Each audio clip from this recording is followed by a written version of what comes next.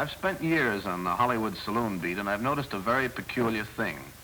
Somebody keeps changing the faces on the starlets. Tonight I'm going to tell you why the movie starlets disappear and where they go.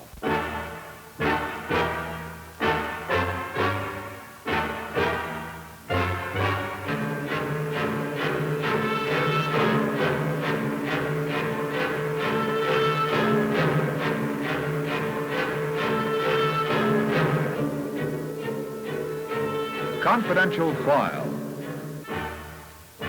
A report by Paul Coates, one of the nation's distinguished news reporters, brings you a factual report on America today, its people and their lives.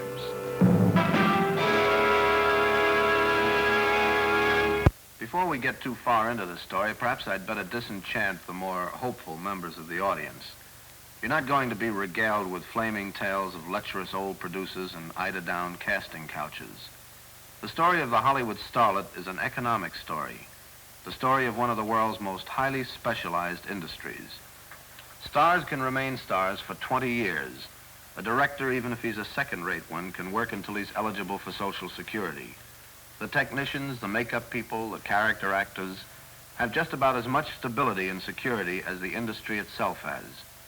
But there's no such thing as a starlet who's holding her own. She's either on her way up or she's on her way down. And the trip down takes no time at all. When an aspiring actress comes to Hollywood, even with a ready-made break, she steps into a merciless culling machine. Let's see how it works. This is the vice president in charge of faces, and this is a pretty girl. She'd like to be in the movies. And this is a press agent. He isn't in charge of anything, he just talks for a living. Right now he's talking about the girl. He wants the studio to sign her. Sign her up.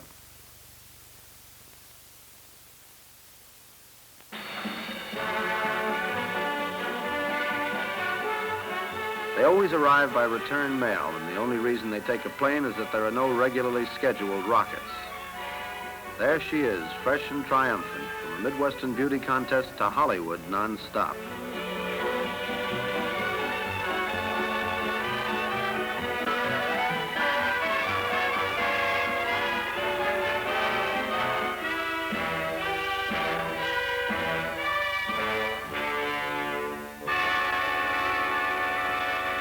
Her arrival properly recorded for posterity, she's ready to see the town. Her town now.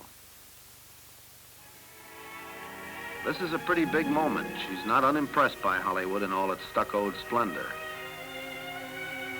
And she's not exactly getting the dark side of the picture from her new friend here. You're going to be a big thing in this town, honey, he's telling her. With your face and talent and figure and with my build-up, the sky's the limit. That's no harder for her to believe than the fact that she's actually at the corner of Hollywood and Vine riding in a red convertible. It's all just a little too much.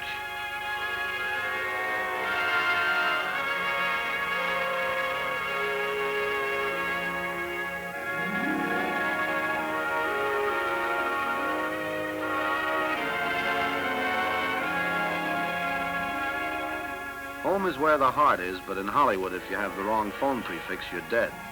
So the studio makes sure its property's hearts are located in respectable surroundings.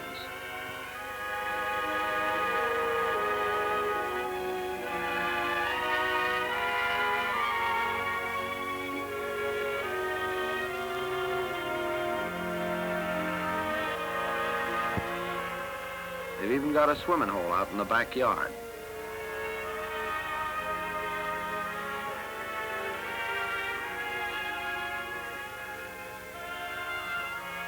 Welcome, neighbor.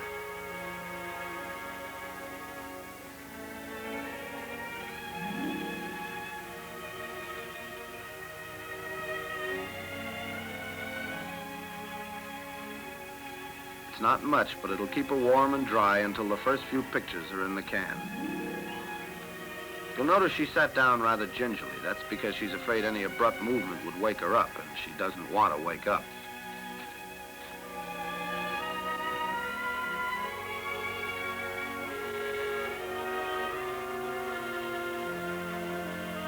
After once more assuring her that Hollywood and she were made for each other, the press agent goes about his chores. After all, there are other starlets in the stable.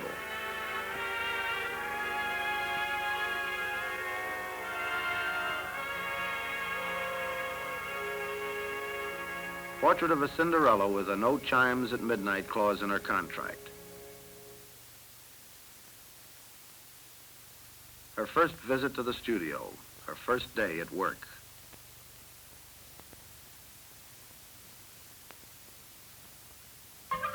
A girl has to be willing to sacrifice a lot for art. She's being restyled by Jean Paul, one of Hollywood's most famous beauty merchants. This process is sort of equivalent to a factory rebuilding job. New hair, new eyebrows, new shadows, new skin, new lips, in fact, a new face.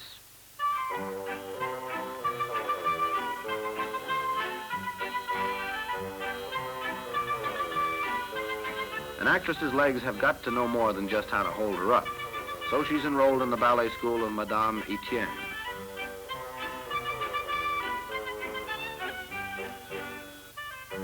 By this time, our friend has realized that learning to be an actress isn't exactly the easiest job in the world.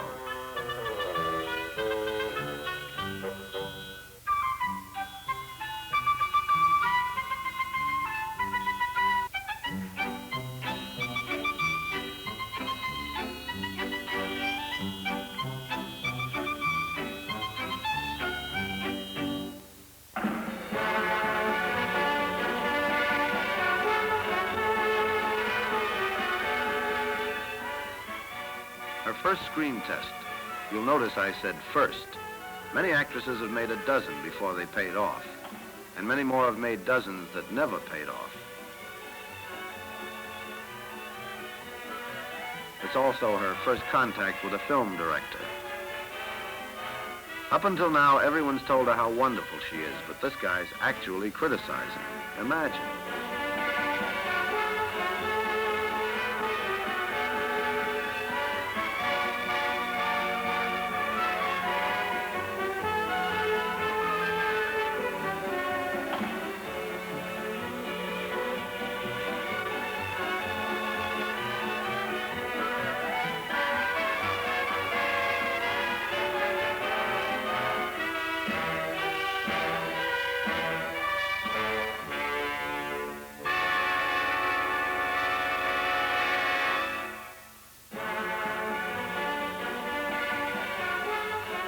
She thought she came to California to be in the movies, but she finds herself spending a lot more time in still studios than on the sound stage.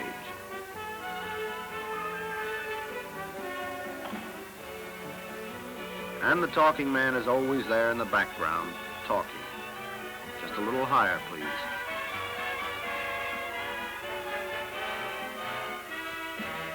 The public at large may not know her yet, but every magazine picture editor in the country will be familiar with her before long.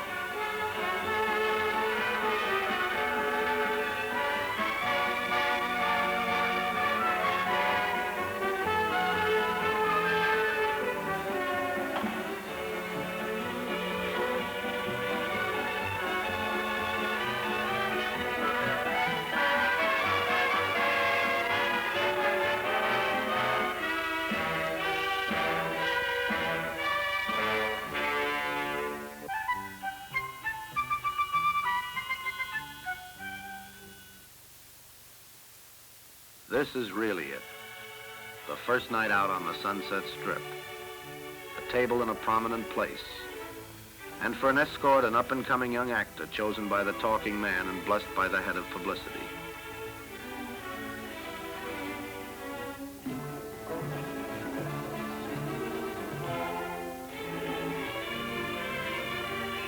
You might think they're picking out the stars at the other tables. Actually, they're picking out columnists. Mission for tonight, to become an item. And just in case that doesn't work, the talking man will drop a few pictures off at the papers tomorrow. Even though there's a new escort provided each night, this smart supper club routine can get a little boring, even for a girl with stars in her eyes. And of course, the fact that their names look nice together in print doesn't necessarily imply that those kids like each other. The talking man is beginning to pay off. This girl was never the literary type before, but all of a sudden she just loves to read. From the amount of pictures and stories about her, you'd think she was a veteran from the silent movie days. And she needs that publicity, too. Her first option is up, and she's heard the percentage of washouts is very high.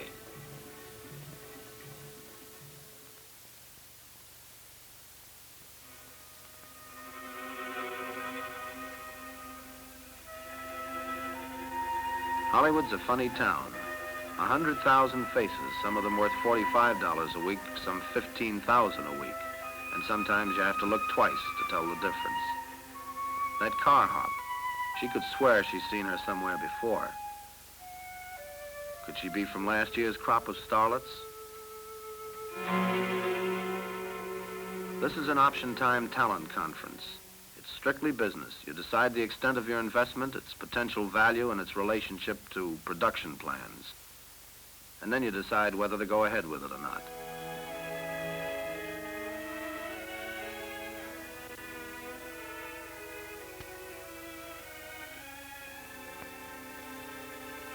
If you find that a property isn't shaping up as well as you'd hoped, or if you found a new property you feel has a higher potential, you drop an option. And a starlet isn't a starlet anymore.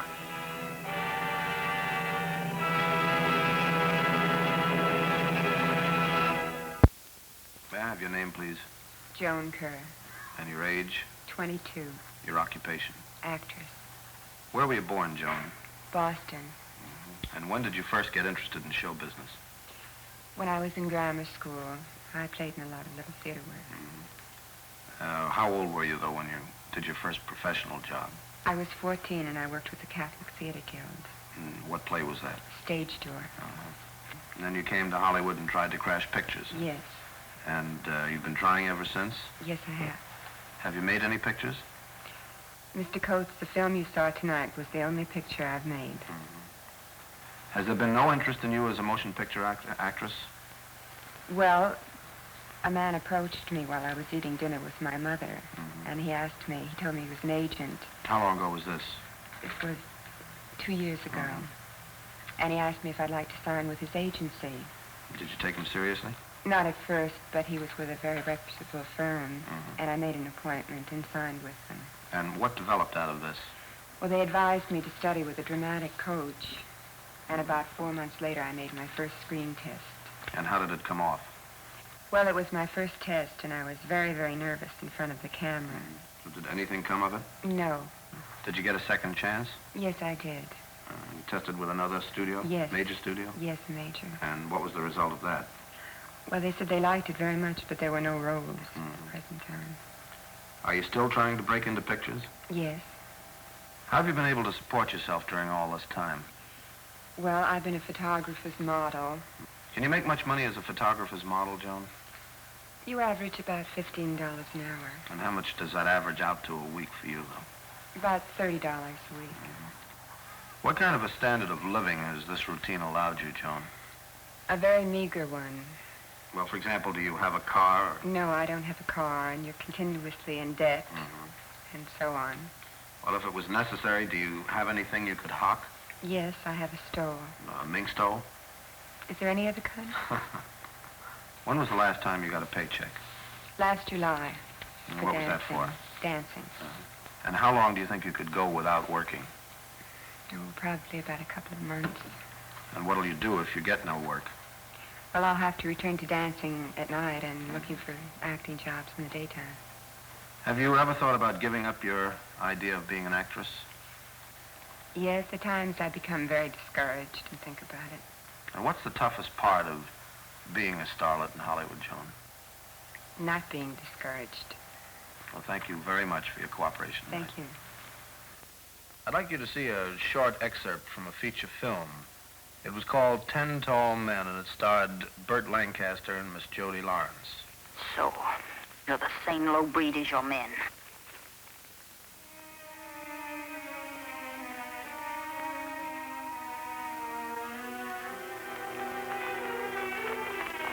Will You know how it is, baby. We're all rough, tough legionnaires. So you really didn't rescue me after all. You were only saving me for yourself. You catch on quick. For a moment, Sergeant, I thought you had a grain of decency in you. Well, we all make mistakes. Oh. Did I hurt your vanity? Well, it serves you right. You ought to know by now that to me, you're strictly a military objective. Oh? Look, kid, why don't you relax? Make things easy on yourself. 3 more days and I'll have you back with your people. You won't live 3 more days.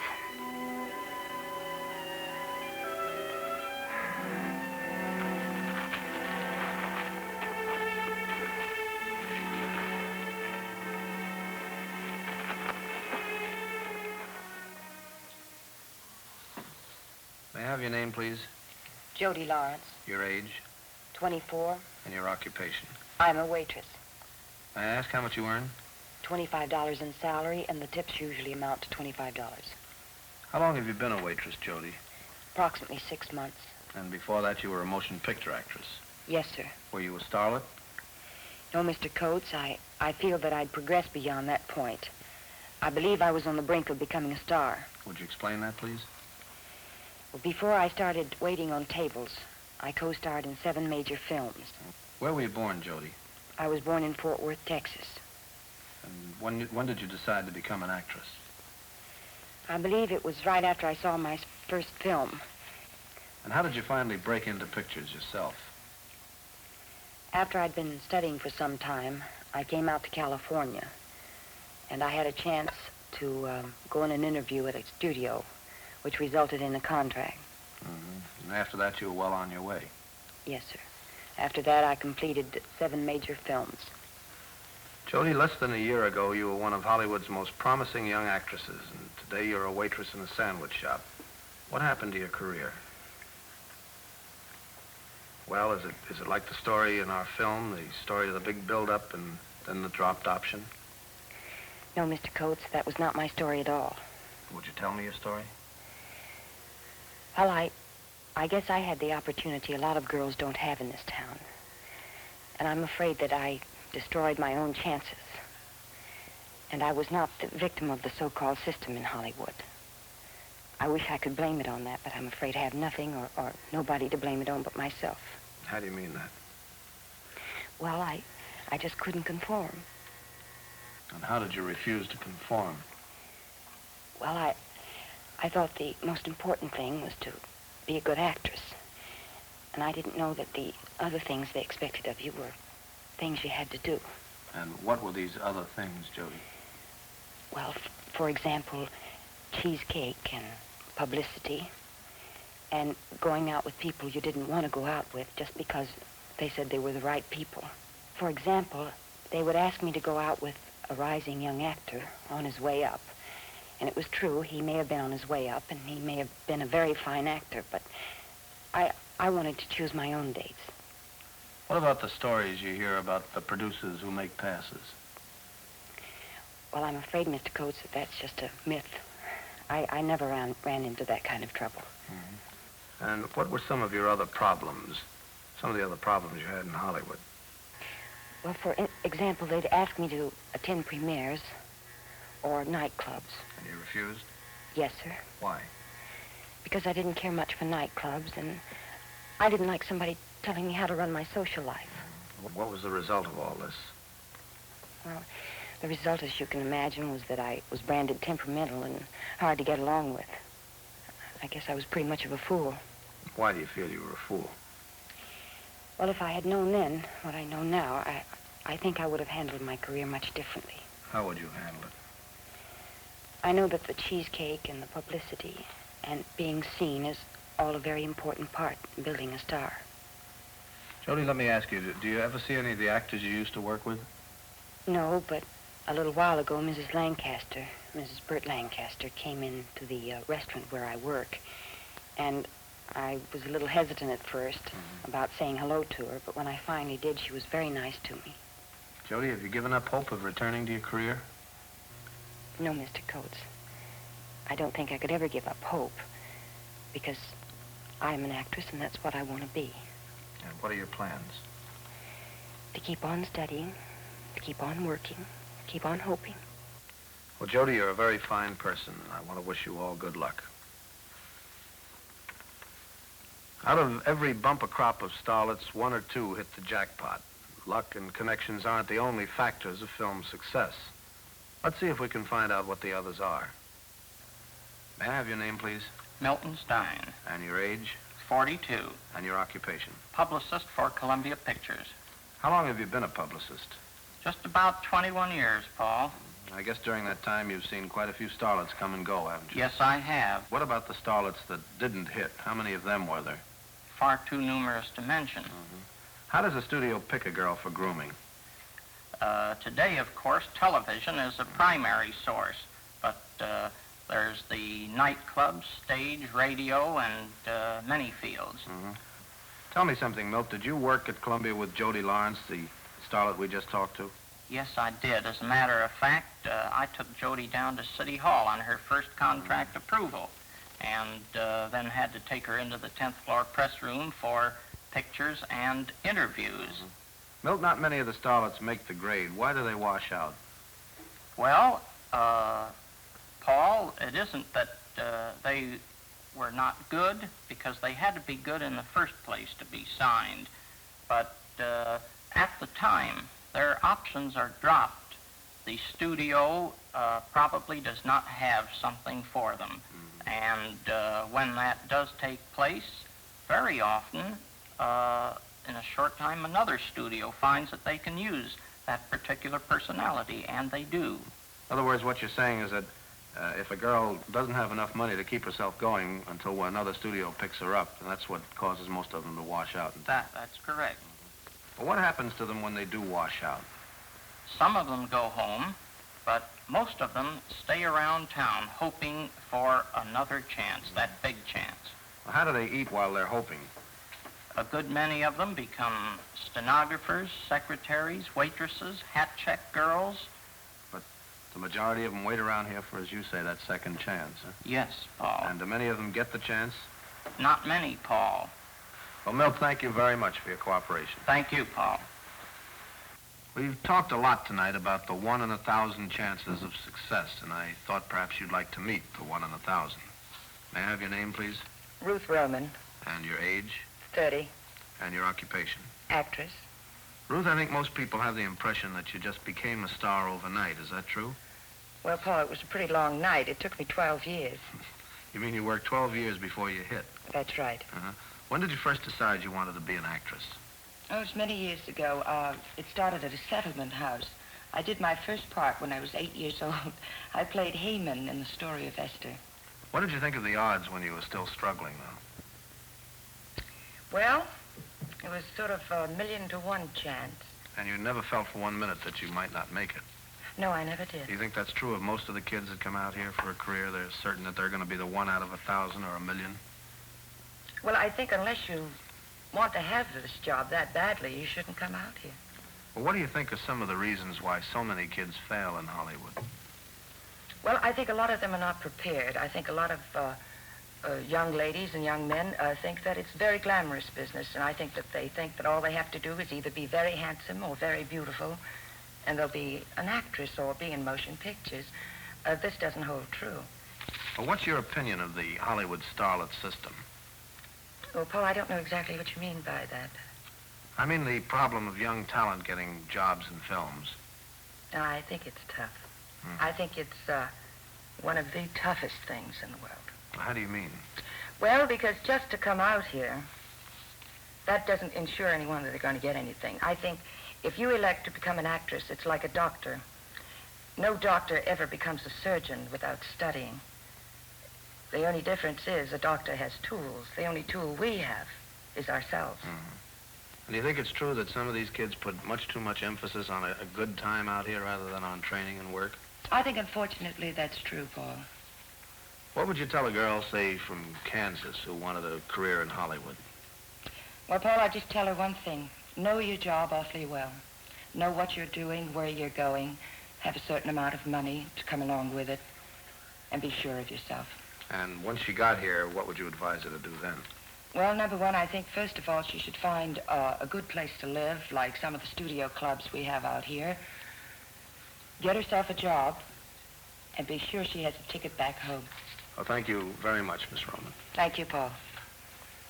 I don't want you to think that I'm too naive about tonight's report. I'm perfectly aware that I haven't discouraged any stage-struck kids from their campaign on Hollywood. All I hope is that some of you are convinced now that it might be a good idea to buy those round-trip tickets. And now, a final message from our sponsor.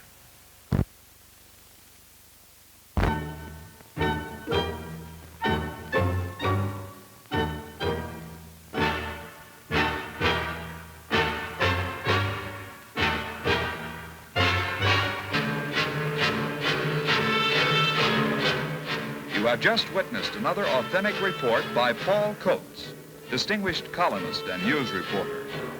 These factual reports are brought to you each week by this station. American Airlines flagship service is used by the staff of Confidential File to reach the scene of these reports. The opinions expressed by Mr. Coates and the participants in this program rarely reflect those of station or sponsor.